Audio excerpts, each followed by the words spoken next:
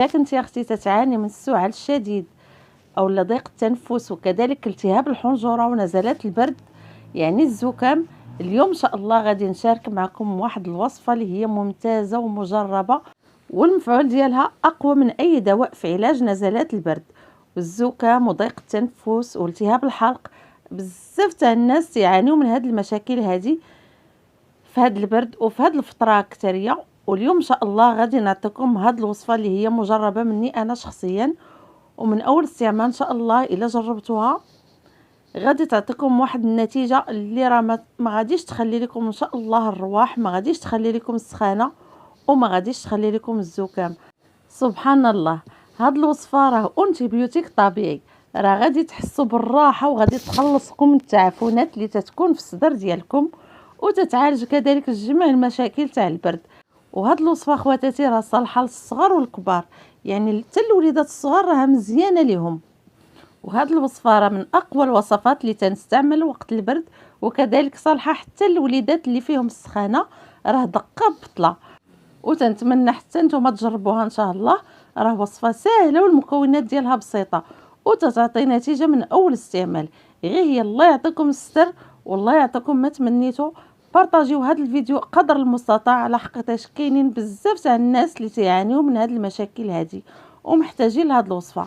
الله يجازيكم بالخير والله يجعلها في الميزان تاع الحسنات ديالكم.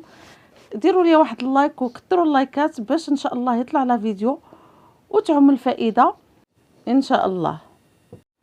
بسم الله وعلى بركه الله. بالنسبه للمكونات، مكونات سهله وبسيطه وفي متناول الجميع، والمكون الرئيسي والاساسي والضروري واللي لابد منه في هذه الوصفه اللي هو البصل. ومن الاحسن البنات ديروا البصل الاحمر. البصل الاحمر راه فيه فوائد بزاف بزاف. بالنسبه للذات راه فيه الدواء يا البنات، راه علاج طبيعي للكحه وللسعال والسخانه ونزلات تاع البرد، راه مفيد بزاف بزاف. وكما تشوفوا معايا خواتاتي انا خديت غير واحد البصيله اللي تكون صغيره، يعني ما كبيراش بزاف، يعني تكون متوسطه اولا صغيره. غادي نشدها وغادي نقيها وغادي نحيد لها القشور ديالها كما تشوفوا معايا. وهاد الوصفه كما قلت لكم اخواتاتي راه تعطي واحد المفعول سريع، تتنقي الصدر، راه مفيده بزاف بزاف. ان شاء الله فاش غادي ديروها غادي تشوفوا النتيجه اللي غادي تعطيكم. الكره عندكم، جربوا وحكموا. المهم هذه راه بحال اونتيبيوتيك طبيعي احسن من الدواء تاع لا فارماسي. كما شفتوا معايا خواتاتي انا شديت ديك البصله نقيتها وغسلتها، وغادي نشدو دابا الحكاكه الرقيقه، الحكاكه الرقيقه ماشي الغليظه، وغادي نشدها وغادي نحكها. غادي نحك هاد البصيله كامله، يعني غادي نستخلصوا غير الماء تاع البصل. غير هي خواتاتي كثروا اللايكات الله يعطيكم الستر، راه كاينين بزاف تاع الناس اللي محتاجين بحال هاد الوصفه هادي. راه دابا في هاد الوقيته تاع البرد راه سبحان الله، راه غير واحد في الدار تكون فيه هاد الرواح راه تيعادي الدار كامله. وإلا درتوا هاد الوصفه ان شاء الله غادي تشوفوا النتيجه من اول استعمال. ان شاء الله من اول استعمال كتحسي بالراحه نزلت عليك، سبحان الله ما غاديش تبقى ديك السخانه نهائيا. ودابا بعد ما حكيتها خواتاتي كما تشوفوا معايا ديك البصله تنحكها كامله، يعني بصله صغيره ماشي كبيره. ها نتوما خواتاتي كما تشوفوا غادي نجيبوا واحد الصفايه وغادي نصفيو فيها هاد البصله، يعني غادي نستخلصوا غير الماء ديالها فقط، غير الماء ديالها هو اللي حاجتنا به. والماء تاع البصله يا البنات راه فيه بزاف تاع المنافع للذات. غير جربوا معايا هاد الوصفه وحكموا. الكره عندكم راه تتعالج الكحه السعال حتى ديك البحه اللي تتنتج على النزلات تاع البرد اللي تتكون في الحنجره. كيف ما قلت لكم راه البصله راه مفيده بزاف بزاف. ودابا خواتاتي بعد ما استخلصنا الماء تاع البصل وكما شفتوا معايا راه درت غير بصله متوسطه، يعني صغيره ماشي ما كبيره ما صغيره. وانتم على حسب عدد الاشخاص اللي كاينين معكم في الدار، يعني الا كنتو باغيين ديروها جوج اولا ثلاثه ضاعفوا الكميه. ودابا غادي نضيفوا المكون الثاني اللي هو الزنجبيل. هو سكينجبيل الطري البنات اولا الزنجبيل الطري. والزنجبيل الطري البنات راه زوين للكحه والنزلات تاع البرد والسعال وضيق التنفس. وإلا ما عندكمش الا ما كانش عندكم في الدار راه ماشي ضروري ديروا الزنجبيل طري، يعني تقدروا ديروا غير البصله بوحدها، راه مفيده بزاف لهاد النزلات تاع البرد. المهم الا عندكم الزنجبيل الطري راه من الافضل ومن الاحسن، والا ما كانش عندكم ماشي ضروري. المهم انا غادي نبسط عليكم الوصفه باش ديروها ان شاء الله وتشوفوا النتيجه اللي غادي تعطيكم. المهم اخواتاتي انا شديت داك الزنجبيل وشديت الحكاكه الرقيقه، وغادي نحك غير واحد الطريف صغير، يعني ما غاديش ندير واحد الكميه كبيره، غير واحد شويه، يعني على الاقل واحد نص معلقه صغيره. وغادي نزيدها على داك العصير تاع البصل. والزنجبيل راه يعتبر كمسكن طبيعي، راه تيعالج السعال والتعفنات اللي تتكون في الصدر.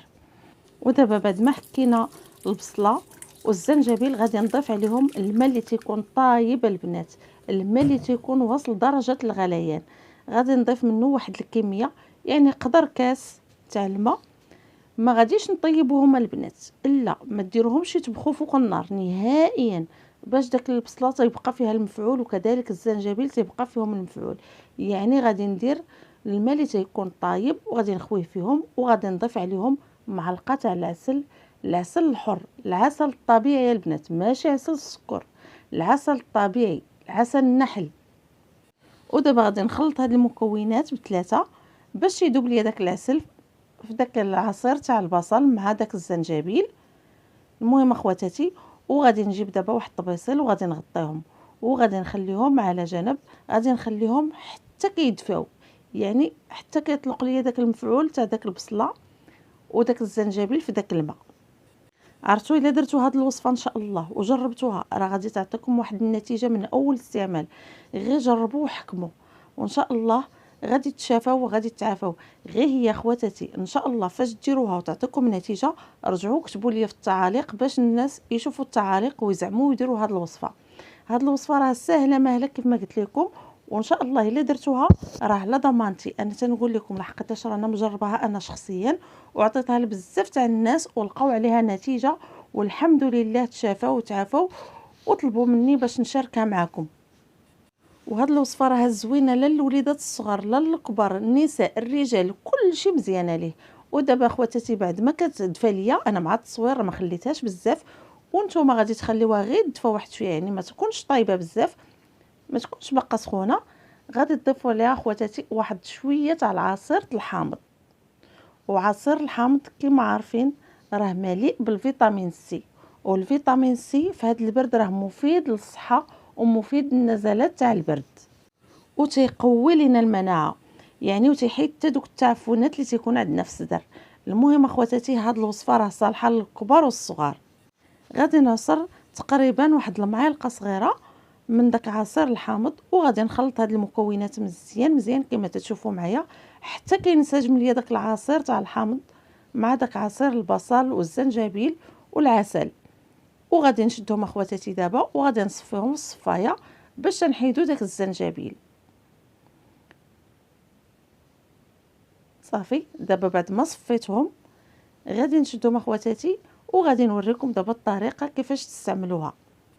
غادي ديروا خواتاتي هاد الوصفه بالطريقه اللي عطيتكم انا، ما غاديش طيبوا يعني هذاك الماء تاع البصل فوق النار، غادي ديروا ليه الماء اللي تيكون طايب يعني واصل درجه الغليان.